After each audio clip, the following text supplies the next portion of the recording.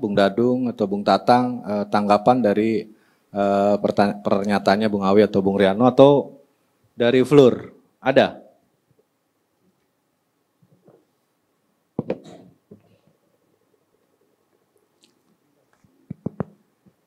Assalamualaikum warahmatullahi wabarakatuh. Saya mau stressing ke Bung Riano ya. Bung Riano ini saya belum baca tapi saya tertarik di bab 5 ini ya. Bagian 5 ini di halaman 153. Aktivis trainer dari politik kekuasaan ke politik kesejahteraan, ya kan tadi ini nampaknya ada semangat ya mungkin dulu aktivis kita kan lebih cenderung mengejar kekuasaan lah, masuk ke dalam sistem gitu ya. Nah ini nampaknya di era Anda ini mungkin Anda melihat perkembangan ya politik kesejahteraan. Nah seperti apa konkretnya konsep atau mungkin program-program yang akan Anda terapkan di era kepemimpinan Anda ini. Karena saya lihat begini, 10 tahun terakhir sejak boomingnya internet itu banyak anak-anak muda saya lihat mereka cari uang tuh lewat reseller, dropship ya, ini kan nggak didata sebenarnya. Ya kita lihat anak-anak muda seperti Atta Halilintar ya, dia bisa jadi miliuner dengan kreativitas ya kan. Tetapi ada di level grassroots terutama di kabupaten-kabupaten gitu ya. Kebetulan saya sekarang bergerak di dunia properti. Di bangun rumah subsidi lah. Nah, ini sebenarnya rumah subsidi ini kan politik afirmasi ya dari Jokowi. Jadi ada data dari tahun ke tahun tuh nggak pernah surut 11 juta orang itu terancam nggak bisa memiliki rumah. Ya kan karena banyak mereka ini pekerja sebenarnya. Nah sementara untuk mengakses dari sisi saya nih developer karena pelaku rumah subsidi ini rata-rata developer pemula. Jadi ada kesulitan kita untuk mengakses pembiayaan. Misalnya ke perbankan segala macam. Jadi ada semacam geng lah. Jadi untuk kita minta pembiayaan saya itu sulit sekali, ya kan? Sementara saya juga anggota HIPMI. Ya kan? HIPMI kan kita tahu bawa nama pemuda juga, pengusaha, ya kan? Tapi nggak ada, konkretisasinya itu nggak ada. Jadi saya mau stressing, di era, bisa tidak di era KNP ini lebih mungkin lebih membangun komunikasi kepada regulator. Saya ambil contoh misalnya di Departemen Koperasi ya, itu kan ada sebenarnya sudah disiapkan dana itu. Ya kan untuk UMKM, cuma ini tidak ada yang mendobrak. Ya kan mungkin nggak tahu malah. Ya kan? Kemudian di perbankan dari segi sebenarnya untuk rumah subsidi aja itu setiap tahun 23 triliun. Untuk rumah subsidi, cuman untuk kita dapat itu susah sekali. Ya mungkin bisa di stressing sedikit dari politik kesejahteraan itu seperti apa, atau mungkin nanti bisa konkretnya mungkin bisa kolaborasi dengan HIPMI atau asosiasi-asosiasi yang lain ya kan. Tadi saya tertarik itu Anda sudah mengarah ke inkubator segala macam itu ya. Memang betul yang saya lihat sekarang ini mungkin kita semua jago lah untuk ngabisin duit, kita jago. Hanya mungkin mengelola uang nih. Saya rasa itu tepat sekali temanya Oke, kita kunci ya pertanyaannya ya. Jadi ya, politik kesejahteraan itu mungkin politik kesejahteraan dan kolaborasi HIPMI dan KNPI dalam hal permodalan. Artinya konkretnya lah, programnya. Kita, Terima kasih. Mungkin ada lagi biar sekalian ini Ya, Biar sekalian saya dijawab. ingin melanjutkan tadi sedikit menambahkan dari teman-teman bahwa bicara soal bonus demografi ini memang kita kurang mengantisipasinya. Padahal sudah jelas dalam kurun waktu antara Ini pertanyaan ditujukan ke? ya nanti ini Oke. saya sampaikan sedikit. Jadi RPJMN Jokowi periode yang 2015 sampai 2020 itu baru disebut. Padahal sebetulnya bisa jauh-jauh hari diantisipasi. Nah inilah juga salah satu kita ambil pelajaran dari Korea Selatan misalnya. Bagaimana mengantisipasi bonus demografi di eranya, termasuk dia lepas dari middle income trap. Ini sejak tahun 50 Korea Selatan sudah menginvestasikan sumber daya manusianya untuk kuliah ke Amerika misalnya. Sehingga transfer of knowledge kepada bangsanya, dia juga akhirnya bisa lepas dengan jebakan penghasilan dari kalangan menengah. Karena apa? Middle income trap ini adalah nanti setelah bonus demografi, kita bisa nggak mencapai ke arah sana. Supaya jangan sampai kejebak di middle income trap ini. Nah, artinya apa? Bahwa yang disampaikan oleh Bung Priano tadi, sekarang ini generasi milenial ini kan bicara soal Internet of Things, Artificial Intelligence, dan seterusnya terkait dengan digital. Dan juga dalam hal ini kekuasaan Pak Jokowi juga selalu mengendorse dengan startup yang bermunculan itu. Yang mana valuasinya juga sampai triliunan. Nah sementara di satu sisi itu kan ibaratnya publik hanya melihat itu menggelembung saja tapi ternyata rontok juga. Karena dengan bakar promosi bakar modal itu. Nah hal-hal seperti ini akhirnya apa? Kalangan milenial seakan-akan yang menjadi sebuah trendsetter ke depan ini adalah bicara soal pelaku usaha otomatis di rentan usia antara 15 sampai 64 tahun.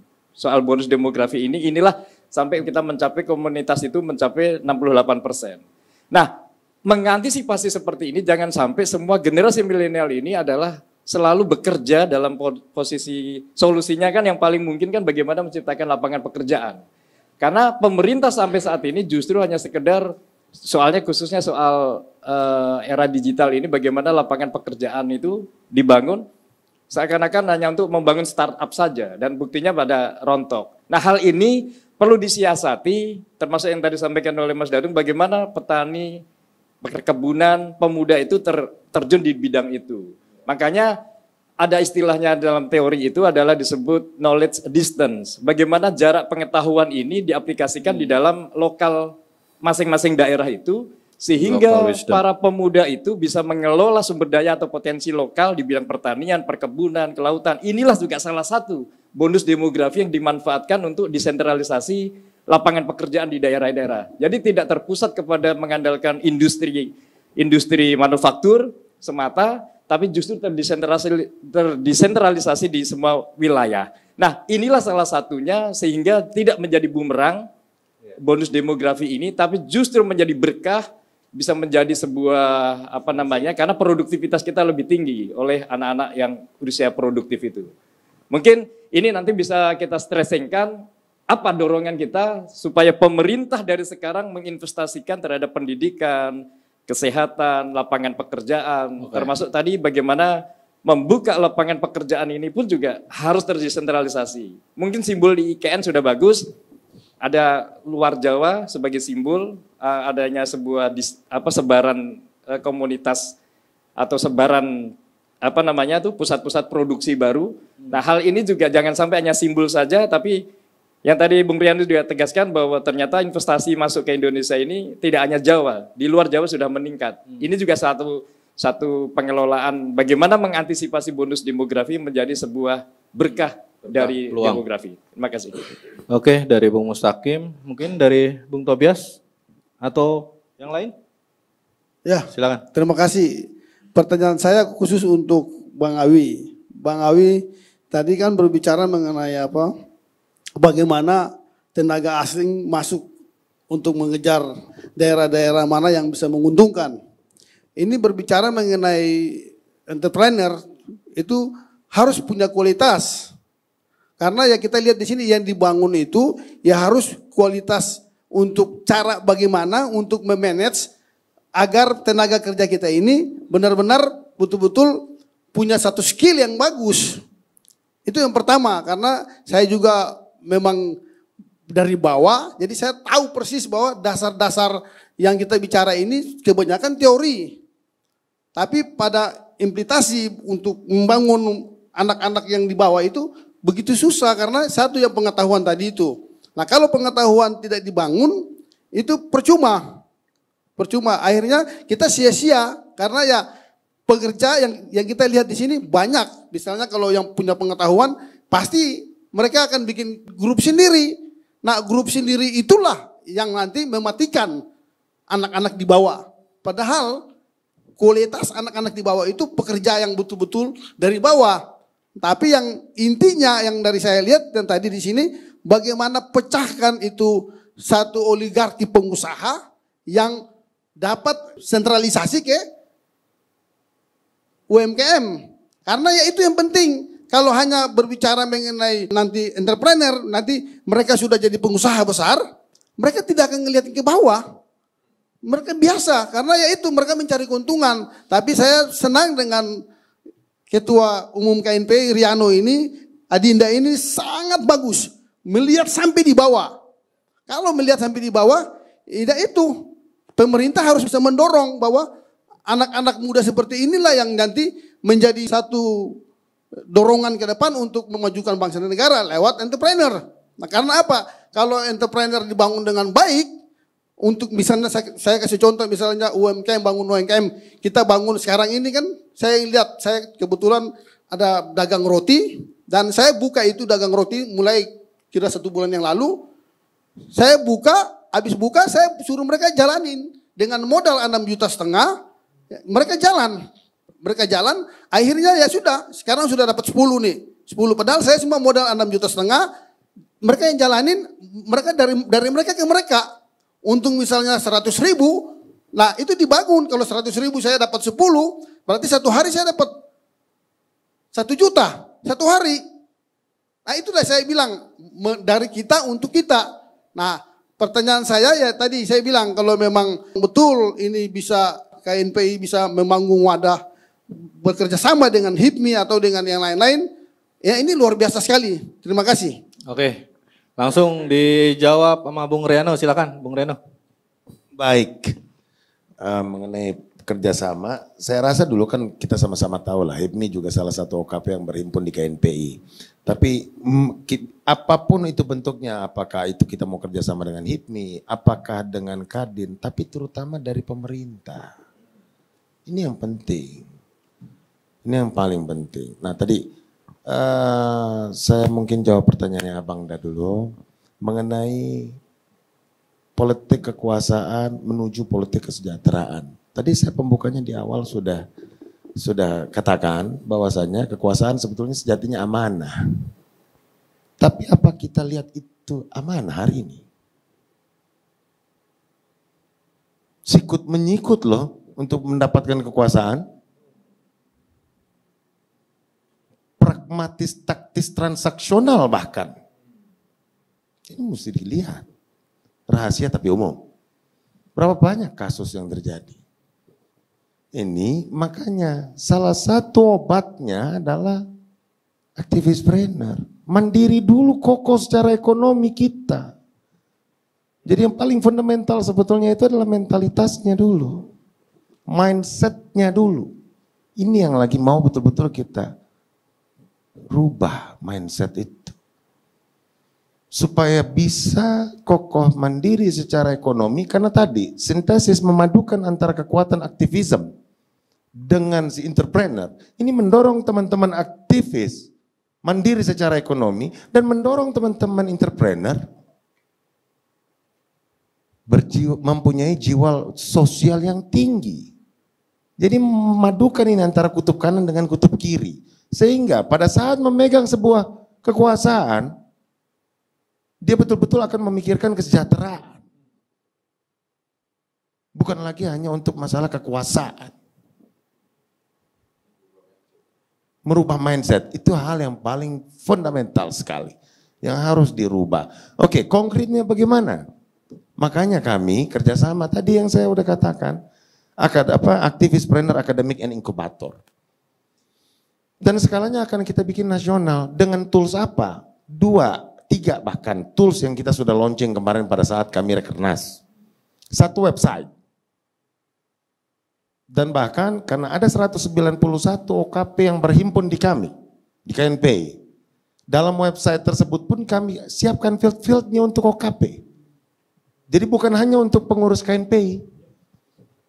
Yang kedua aplikasi. Aplikasi berbasis mobile. Baik Android maupun iOS. iOS sekarang lagi berproses. Kami lagi menunggu jawaban dari operator iOS-nya. Karena kemarin ada yang hal-hal yang kita lagi betulin lah dari sisi programmingnya. Tapi kalau di Android sudah bisa di-download kok. Dari sisi Android sudah bisa di-download. Nah ini kan toolsnya nanti. Untuk sisi akademik, juklak, juknis, kepengurusan kita mulai dari tingkat pusat, provinsi, kabupaten, kota, bahkan kecamatan. Ya toh? Karena kan nggak mungkin dalam kepengurusan kita yang cuma hanya 3 tahun ini, saya bisa berkeliling sampai kecamatan. Ada 7.000 lebih ini Bang. Kabupaten kota 514 aja belum tentu bisa. Karena cuma 3 tahun ini. Jadi saya harus bikinkan tools-tools itu, memanfaatkan teknologi yang ada. Oke? Itu dari sisi akademiknya. Kita bikinkan silabus-silabusnya, juklak-juknisnya kepada pengurus-pengurus kita untuk membuatlah grup-grup discussion sampai dengan tingkat kecamatan. Tadi saya sepakat dengan Kakak Tobi bahwasanya yang pertama adalah upgrading skills dulu. Dari sisi SDM kita repot kalau kita hanya menuntut, akan tetapi kita nggak mau upgrade kita. Semua orang mau sukses, tapi tidak semua orang mau menjalankan proses. Ini yang paling repot. Ini kan masalah mentalitas, masalah mindset. Ini yang betul-betul kita lagi dorong. Oke? Nah dari satu sisi lagi inkubatornya. Nah ini yang sebetulnya menjawab pertanyaan abang yang kedua. Apakah KNPI sanggup untuk memfasilitasi mau itu UMKM-nya kah, kooperasinya kah, perumahannya kah? Loh itu fungsinya wadah berhimpun Bang. Organisasi ini bukan tempat cari makan. Tapi organisasi ini harus bisa mendudukkan dalam satu meja antara investor, regulator, dan juga yang punya knowledge, serta orang yang mau bekerja. Itulah fungsi organisasi. Seperti yang saya sebutkan di awal tadi. Aktivis dahsyat dengan jaringannya. Tidak ada yang tidak bisa dijamah dengan jaringan aktivis ini. Semua bisa dijamah. Dengan jaringan yang luar biasa. Apalagi kepengurusan kita di pusat aja udah 800 orang Bang. Dari masing-masing organisasi kepemudaan tingkat nasional Bang. Nah ini yang kita lakukan. Oke, kembali lagi mengenai tadi bonus demografi versus bumerang demografi adalah sebetulnya bukan hanya dari sisi ekonominya saja. Jangan lupa loh, hari ini eranya era post-truth. Apa yang paling dikhawatirkan dulu, tontonan menjadi tuntunan sudah terjadi hari ini oleh adik-adik kita. Mereka pikir ada modernisasi, tapi ternyata westernisasi. Nah ini bisa pergeseran budaya kita loh, yang identik dengan ketimuran, dengan kesantunan. Nah ini juga harus diberikan guidance. Sebenarnya dari sisi nilai-nilai kebangsaan supaya dia betul-betul cinta akan tanah airnya, cinta akan bangsanya, bangga dengan bangsanya Indonesia. Nah ini penting sekali yang harus dilakukan secara masif oleh pemerintah. Karena masif juga yang terjadi sekarang di medsos, sorry ya, agak panjang, tapi inilah yang terjadi. Di medsos hari ini tidak ada filter loh. Adik-adik kita yang mereka lihat mengenai tadi bonus demografi ini dari sisi ininya ya, nilai-nilai kebangsaannya. Adik-adik kita yang ditonton adalah yang receh-receh. Yang ditonton rekeningnya nambah, yang nonton nggak berkembang. Yang ditonton rekeningnya nambah, yang nonton nggak berkembang. Begitu juga dari sisi fundamental keimanannya. Dan juga dibukakan peluang-peluang yang besar untuk dunia kepemudaan sehingga betul-betul menjadi sebuah bonus demografi. Bukan menjadi bumerang demografi. Ini harus sejalan semua. Apakah itu nanti akhirnya melibatkan lintas kementerian? Karena pemuda bukan hanya identik dengan olahraga, pemuda identik dengan UMKM, pemuda identik dengan pariwisata, kementerian kreatif. Ini harus dirajut. Koperasi, pasal 33. Kan begitu, terima kasih. Intinya semua lini lah, pemuda harus ada di situ. Yes. Oke. Nah ini para senior mungkin nanti bisa menambahkan atau bisa menjawab ya dari Bung Dadung, tapi ke Cawi dulu pertanyaan dari Bung Tobias. Silakan Cawi. Ya. Tenaga kerja asing itu sebenarnya dari awal kan sudah diatur. Tapi maksud dan tujuannya ada dua. Tenaga kerja asing itu dimaksudkan untuk ada transfer knowledge, pengetahuan. Yang kedua ada alih teknologi. Jadi yang terjadi kemudian menjadi bumerang bagi kita adalah ketika tenaga kerja kasar saja itu harus dari asing. Yang dari kita harus cari makan ke negara lain. Jadi babu, jadi kuli di sana. Iya kan? Nah, balik ke sini makin bingung dia. Tanahnya udah ditempatin orang. Iya kan? Menjadi makin asing di kampungnya sendiri. Karena dia sudah sibuk jadi kuli di tempat lain. Kayak gitu. Ini yang dimaksud oleh para pendiri bangsa kita itu bisa menjadi bangsa kuli dan kuli di antara bangsa-bangsa. Ketika ya kan urusan tenaga kerja asing ini tidak difilter menjadi alih teknologi, alih ilmu pengetahuan. Disitulah patokannya sebenarnya. Nah, itu akan terjadi ketika bumerang demografi itu terjadi. Kayak gitu. Ketika bonus demografi itu tidak dipersiapkan. Hal yang paling hakiki dalam kehidupan manusia ini adalah butuh makan. Orang akan cari makan di mana saja, bekerja di mana saja, pekerjaan apa saja, asal bisa makan. Ketika negara ini tidak mampu memberikan makan kepada rakyatnya, dia akan cari ke luar negeri sana, nun jauh di sana, ya kan? Sementara negaranya misalnya akan dimasuki oleh tenaga kerja asing dengan skill yang lebih memadai. Akibatnya apa? Ketika dia mau balik, ya kan, sudah asing di kampungnya sendiri. Itu yang akan terjadi. Nah, kembali ke soal penjelasan soal bagaimana logika bisnis ini bisa agar tidak menjadi oligarki baru begitu ya. Logika kita sebagai aktivis ini begini. Aktivis ini pada umumnya dia sudah menjadi aktivis sejak masih mahasiswa atau sejak masih siswa. Ya kan. Nah, dia sudah belajar idealisme, dia sudah belajar untuk tidak memikirkan dirinya sendiri. Itu ciri khasnya aktivis. Jadi dia tidak individualistik. Kayak gitu. Hanya di dunia aktivis yang terjadi bahwa makanannya dibagi dua dengan teman yang tidak bisa makan. Itu. Atau dia hanya ada uang 10.000, temannya tidak bisa pulang, dia kasih ke temannya. Padahal dia tidak tahu. Itu hanya di dunia aktivis. Kayak gitu. Dan kalau ditanya, apakah aktivis yang tidak bisa bayar kuliah, bisa bayar kos itu ditanya, kamu mampu tidak jadi presiden? Pasti dia jawab mampu. Kenapa? Karena dari muda sudah itu yang dia pelajari. Tapi problemnya apa? Problemnya kita berharap dulu ketika demokrasi ini dibuka, sistem pemilu langsung dibuka, harapannya banyak orang-orang yang sudah belajar dengan idealisme, belajar cara mengelola masyarakat, belajar cara memimpin, belajar cara mengelola negara, ini bisa dikasih amanah. Tapi ujung-ujungnya ya kan, itu tidak terjadi. Mereka harus bersaing dengan orang yang selagi muda sudah belajar cari duit. Iya kan? Ini kan paradok. Inilah sebenarnya yang sama KNPI menurut saya di bawah kepemimpinannya Bung Riano. Karena Bung Riano ini basicnya pengusaha. Dia pebisnis dari awal. Tapi kemudian dia masuk ke dunia aktivis dan melihat dengan jernih persoalan-persoalan yang terjadi di dunia aktivis itu. Oh ini anak-anak ini pintar-pintar, potensinya bagus-bagus. Tapi sayang cekak kantongnya. Nah, kayak gitulah kurang lebihnya kan. Sehingga dia kemudian terfikirkan, oh ini mereka harus dibangun kemandirian ekonominya. Kayak gitu.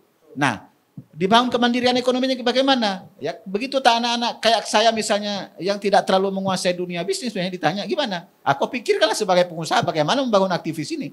Kayak gitu. Iya kan? Nah ini yang sebenarnya yang terjadi.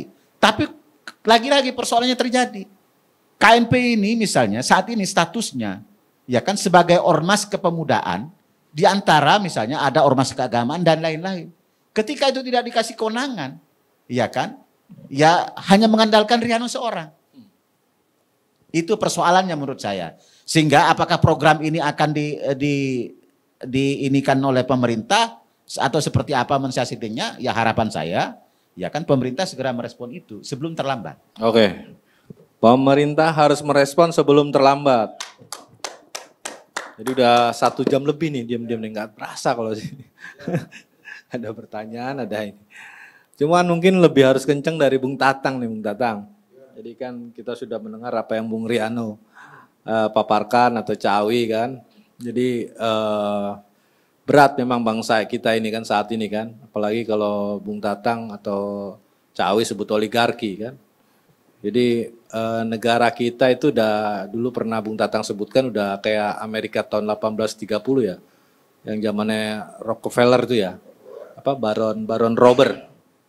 Jadi semua kekuasaan itu sudah terbagi-bagi dengan tadi masing-masing sumber daya alam kita tuh udah terbagi-bagi juga. Nah, pemuda ada di mana kan begitu. Silakan Bung Tatang. Ya Mas Gun. Jadi begini Mas Gun, kalau bicara oligarki, kita memang butuh oligarki selama tidak terjadi tukar tambah politik di sana. Yang oligarki yang juga tidak mempengaruhi kebijakan-kebijakan perundang-undangan sehingga tidak ada lobby-lobby dagang sapi di belakang layar atau transaksi di bawah meja. Ya oligarki yang memberikan dampak positif atau memberikan deliver yang baik, yang positif kepada rakyat, kepada bangsa dan negara. Itu yang kita butuhkan. Nah, kembali ke masalah aktivis planner, ini sebenarnya ini adalah perwujudan kembali ide dari gagasan founding father kita Soekarno. Ini menyangkut aktivis. Bung Karno tuh umur 16 tahun sudah mendirikan organisasi namanya Trikoro Darmo, tiga tujuan suci. Di dalamnya itu melambangkan kemerdekaan ekonomi, politik, dan sosial. Ini disinggung juga oleh tadi Ketua Umum tadi, bahwa aktivis planner itu memberikan perwujudan manifest kesejahteraan dalam hal ekonomi, politik, dan sosial. Makanya saya katakan saya memberikan secara objektif berdasarkan sejarah bangsa ini apresiasi yang tinggi dengan ide gagasan ini, dan pemuda itu harus memberikan kontribusi akselerasi ide gagasan kepada anak-anak bangsanya, bukan konflik, bukan pemikiran-pemikiran yang berdasarkan dendam. Dia berdasarkan konsep, gagasan, ide, akselerasi. Karena bangsa yang dijepit oleh kolonialisme dan kapitalisme itu seharusnya maju, bukan mundur. Contohnya India yang sudah disinggung Saudara Dadung tadi. Karena apa? Dipenuhi oleh akselerasi ide gagasan. Ini yang mau diwujudkan oleh pemuda KNPI di bawah kepemimpinan Riano ini. Ini objektif saya katakan. Bukan masalah dukung-mendukung. Tapi yang kita dukung adalah kebijakan, gagasan. Ini yang perlu dikedepankan di anak-anak bangsa ini. Sehingga anak-anak bangsa dalam berkaitan dengan bonus demografi juga, ini bisa sesuai dengan ide gagasannya Pak Jokowi. Yang keinginan untuk melahirkan anak-anak bangsa yang mempunyai kompetensi tahun 2045 yang mampu bersaing di dunia internasional. Jadi satu sama lain ini gagasan besar ini ada kesesuaian antara pemerintah dengan pemuda. Ini harus disambut baik oleh operator Pak Jokowi dalam hal ini Menpora Supaya jangan dungu lagi melihat kenyataan ini. Jadi harus diganti itu ya. Jangan beleng-beleng, bukan Jadi diganti diganti. nggak? Karena kedunguan ini bukan menyangkut pribadi. Kedunguan ini menyangkut listening, nalar, kecerdasan. Kebijakan itu berkaitan dengan kecerdasan. Pemuda yang punya gagasan cerdas ini harus didukung. Kalau menporanya nggak mampu, berarti tidak sejalan dengan pemikiran gagasan besar presidennya.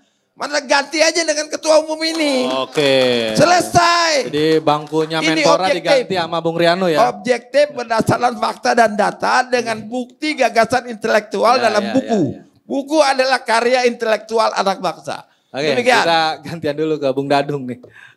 Negara sejahtera itu kan selalu didengung-dengungkan Bung Dadung nih. Nah, Iya. setuju nggak nih dengan landasan aktivis planner bisa tadi apa dulu Bung Dadung welfare state ya, negara sejahtera. Bisakah dengan aktivis planner para pemudanya bisa menjadi landasan tadi negara sejahtera? Dulu saya ini muridnya Pak Muhadjir Effendi, zamannya kuliah dan dia pernah jadi asisten. Di sela-sela kuliah itu kita bahas dengan Pak Muhadjir itu gagasan tentang welfare state tahun 90-an itu. Saya ikut CPG Zero Population Growth, saya dibaca ikutkan di LSM PBB itu. Sampai sekarang saya tekuni. Dan konsep welfare state itu tahun 2000, waktu kita pelatihan bersama putranya Kakak Tobi itu, kita gagas tentang welfare state. Nah, konstitusi kita ini sudah welfare state, pasal 334. Alam kita ini sudah welfare state. Sinar mataharinya terbaik, udaranya terbaik, tanahnya terbaik, airnya terbaik, terkandung beberapa potensi sumber daya alam. Ini jaminan daripada kesejahteraan. Welfare state itu hasil, bukan output. Jaminan kesejahteraan. Jadi orang yang hidup di Indonesia ini merasa terjamin kesejahteraannya. Baik secara konstitusi, baik secara pelaksanaan, bagaimana pengelolaan sumber daya alam ini, sehingga hidup di sini sejahtera. Lah sejahtera menurut Maslow itu kebutuhan dasar dan aktualisasi. Kan itu. Kemudian menurut Sigmund Freud bahwa orang itu harus punya produktivitas. Kita mau ngambil teori kesejahteraan yang mana? Kalau dari Timur Tengah, pekerjaan kesejahteraan sosial itu diawali dari pekerjaan amal. Di Eropa dari gereja. Iya kan? Kalau di kita ini gotong royong. Mulai zamannya Sriwijaya Mojopahit dalam membangun sesuatu itu gotong royong. Makanya konsep welfare state kita itu adalah gotong royong. Muncullah Pancasila di situ sebagai normatif daripada welfare state itu. Nah, ini yang kadang-kala teman-teman para politisi nggak paham karena ilmu kesejahteraan sosial ini sedikit di sini. Ada beberapa kampus. Profesornya pun ada itu di Bandung itu Profesor Yopi, terus yang dari ITS itu, sosiolog itu, Pak Tantio itu.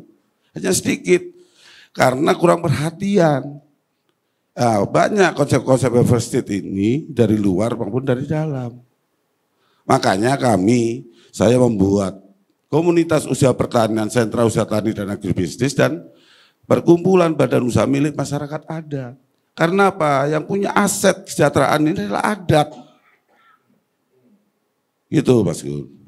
Lah kenapa? Perlu konsep yang komprehensif, terintegrasi, sustainable. Soal pertanian, ada sentra usaha tani dan agribisnis. Untuk memenuhi kebutuhan dasar dan untuk memenuhi kebutuhan ekonomi. Nah, bagi kami sudah berorientasi. Kebetulan kita juga sama-sama di KNPI dulu. Ini salah juga, saya juga sebetulnya. Saya kebetulan di Ketua Bidang Kehutanan dan Pertanian. Kita bikin gerakan usaha menanam. Kita bikin bahan bakar nabati sekarang muncul. B30, B apa. Mana bekasnya? Kita masih ada 700 hektar Serewangi untuk aditif. Masih berjalan. Gitu loh. Makanya ya saya agak pesimis Mas, mohon maaf ya. Di KNPI ini dikasih gagasan yang cemerlang itu pesimis saya. Itu, makanya saya juga melihat ya udah KNPI begitu, stagnan. Terutama. Kalau konsep ini dibawa oleh HIPMI, Bung Riano akan jadi menteri. Saya nggak yakin kalau ini dibawa oleh KNPI jadi menteri, Mas. Bakhil apa sih? Mohon maaf ya. Orang-orang yang jadi menteri dari HIPMI, Erick Thohir dan sebagainya itu kan. Karena Tapi berangkatnya kan kita dari nggak HIPMI. tahu Mas, tiba-tiba KNPI bisa jadi menteri kan Oh, itu bisa kan faktor melampaui Tuhan. Bahlil. Itu kan faktor doa. Kita ngomong pengalaman contoh yang paradigma lah. Analisa yang mendasari suatu pemikiran, bukan perasaan yang mendasari suatu pemikiran. Analisa. Kan tuh analisa sekarang HIPMI yang jadi menteri kok. Mana KNPI jadi menteri kecuali zaman Pak Adi Aksa.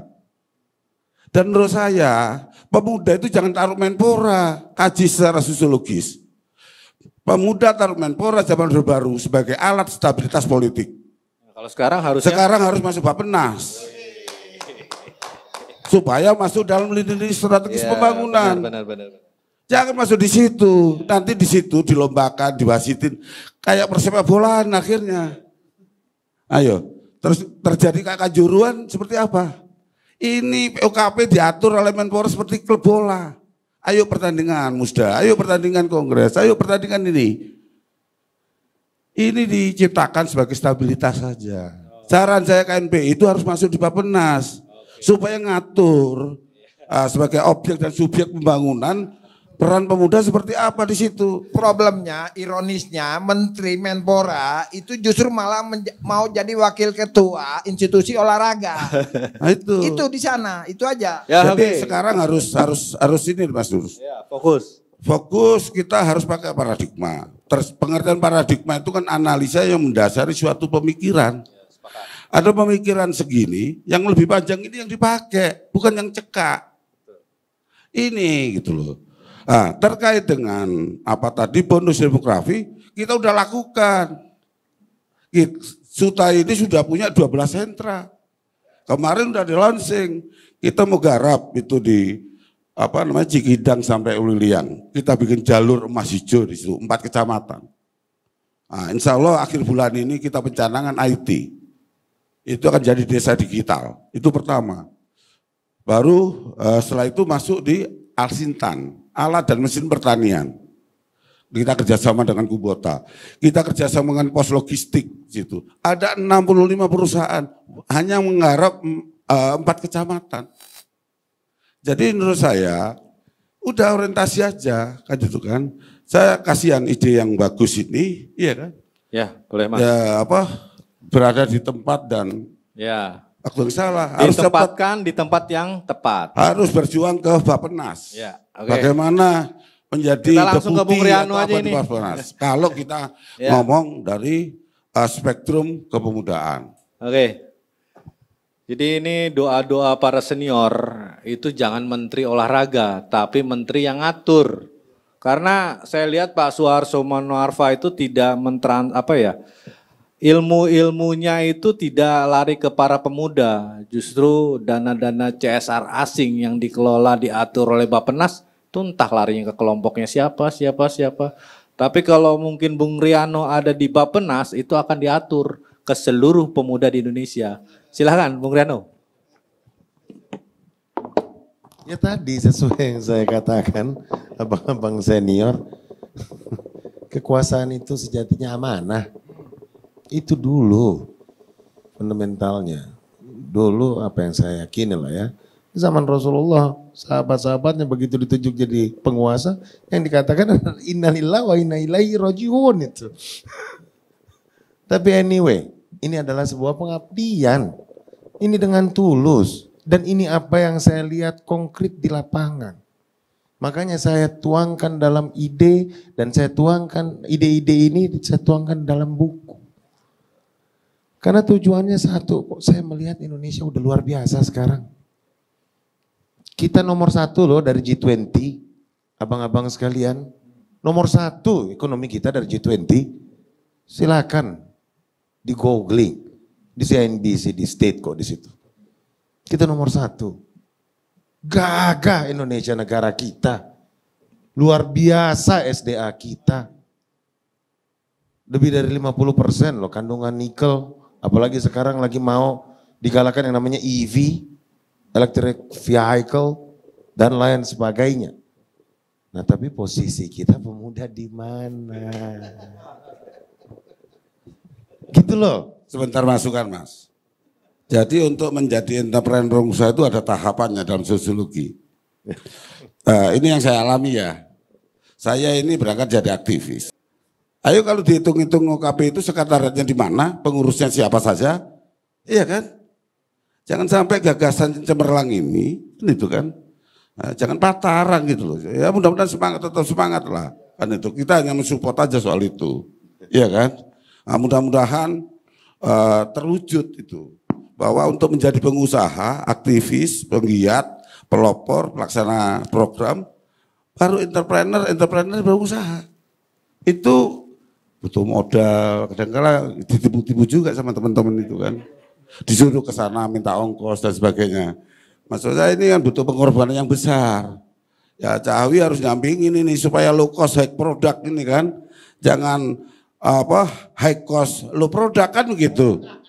Itu, terima kasih Mas. Lanjut Mas.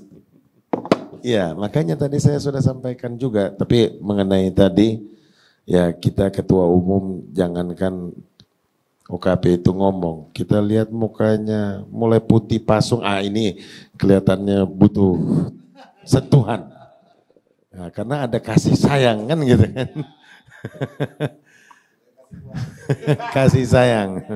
Jadi gini Mas, jadi begini, Ketua Umum KNPI, Bung Riano ini, ilmu pengetahuannya teruji, lulusan Al-Azhar, lulusan UI, Al-Azharnya Kairo. Ilmu pengetahuan, ilmu pengertiannya pun teruji, ya kan? Jadi kalau pengurusnya pamit 2 kali, ini pasti gak ada ongkos katanya kan? Udah paham dia. Ada ilmu pengetahuan, ada ilmu pengertian, nah itu harus terpadu itu menjadi satu. Tadi sebetulnya saya sudah state, Bang. Pemuda bukan hanya identik dengan olahraga. Olahraga itu sudah terlalu teknis, maaf ya. Teknis bahkan kalau perlu dibikin badan khusus seperti halnya BP POM. Dibawa ke presidenan langsung kalau perlu. Noranya ya, olahraganya ya. Pemudanya sendiri itu harus concern. Dikaitkanlah dengan program-program tadi. UMKM-nya, kooperasinya, terus pariwisatanya, kreatifnya. Baru benar-benar menjadi bonus demografi. Bukan lagi penonton. Gitu. Dan tambahan aja nih Mas Gun, ini data bahwa bonus demografi itu bukan hanya terjadi di Indonesia. Dunia itu udah mengantisipasi bonus demografi penduduk dunia yang 8 miliar ini 2045 itu udah melebihi dari itu. Bahkan sudah diantisipasi alam itu tidak dapat memenuhi kebutuhan manusia di tahun 2045. Bahkan di Amerika Eropa sudah memikirkan kehidupan pembangunan properti di planet Mars. Dan sampah planet Mars. Sementara kita di sini pemuda masih bicara kebencian. Bukan bicara ide gagasan. Sehingga itu tadi diingatkan oleh Ketua Umum bahwa yang terpenting sini bina jaringan silaturahim. Jangan seperti iblis. Iblis melihat Adam itu dengan kebencian, dikatakan bahwa iblis kan kenapa? Karena Adam ini dari air dan lumpur. Iblis gak melihat bahwa dari air dan lumpur di belakang itu tumbuh-tumbuhan, ratusan ribu tumbuhan menjadi tanaman-tanaman yang indah. Yang dinikmati manusia juga. Itu karena apa? Karena keangkuhan. Ini yang mau ditebas, diganti mindset iblis itu menjadi manusiawi. Gitu loh. Jadi ide gagasan entrepreneur itu dari orientasi kekuasaan berlanjut kepada orientasi kesejahteraan. Itu menjawab zamannya. Bahwa demokratisasi itu, ciri masyarakat demokrasi adalah masyarakat peradaban. Dan konsep peradaban, masyarakat yang mempunyai optimisme. Ini secara konsep demokrasi. Optimisme tentang hari depan. Optimisme tentang young generation. Itulah masyarakat yang beradab. Dan kekuasaan yang berhasil itu menciptakan young generation. Pemuda atau masyarakat generasi muda yang siap berikut, yang mempunyai visi, mampu berkompetensi di dunia internasional. Oke. Sehingga masyarakat ini, bangsa ini tidak menjadi bangsa kuli di negaranya sendiri atau kuli dari bangsa-bangsa lain. Itu yang tidak diinginkan. Jangan kita menciptakan masyarakat yang kerdil, berpikir seperti iblis. Yang perlu adalah konfrontasi ide gagasan, akselerasi ide gagasan. Hilangkan kebencian, hilangkan sentimen, kedepankan argumen. Ya kan? Sebagaimana sehingga kita menjadi bangsa yang besar di hadapan bangsa-bangsa lain. Itu yang diinginkan pemuda ini. Makanya menteri-menteri yang berpikir kerdil, beleng-beleng bahasa saya, mundur aja diganti pemuda. Oke. Seperti itu. Makasih. Jadi kita nggak usah closing statement nih karena udah 1,5 jam lebih. Jadi, Moderator, mungkin bisa di follow up, mungkin untuk sesi berikutnya ini buku perlu dibedah ini. ya boleh. Dibedah mungkin. Jadi ada masukan ini buku Ya. nanti ada satu segmen khusus kita bedah. Mungkin nanti kita Mungkin bisa undang ada orang Bappenas juga lah. kritikus Ya. buku Pak Suharso Manoarfa bersiap nggak diganti sama Bung Riano nggak gitu. Iya. Kita langsung tanya Itu begitu aja usulan saya biar menggelinding barang ini. Oke, Boleh, pemirsa Bang, boleh, Bang. IGTV, demikian bincang-bincang kita dengan tokoh-tokoh eksponen pemuda Indonesia yang begitu meriah dan begitu dan Ketua Umum KNPI yang memang semangatnya luar biasa dengan bukunya Aktivispreneur. Jadi merubah wajah KNPI yang dulu menginjak menjadi sesuatu yang berguna bagi bangsa. Menciptakan perubahan melalui tadi inovasi, edukasi, apalagi zaman internet, para pemudanya kita harus melek. Jangan mau dijajah oleh bangsa lain. Karena bangsa Indonesia itu harus tangguh, mungkin di bawah kepemimpinan Bung Riano Panjaitan, pemuda Indonesia bisa unggul di 2045. Saya mau Gunawan Abdillah undur diri, salam pemuda Indonesia.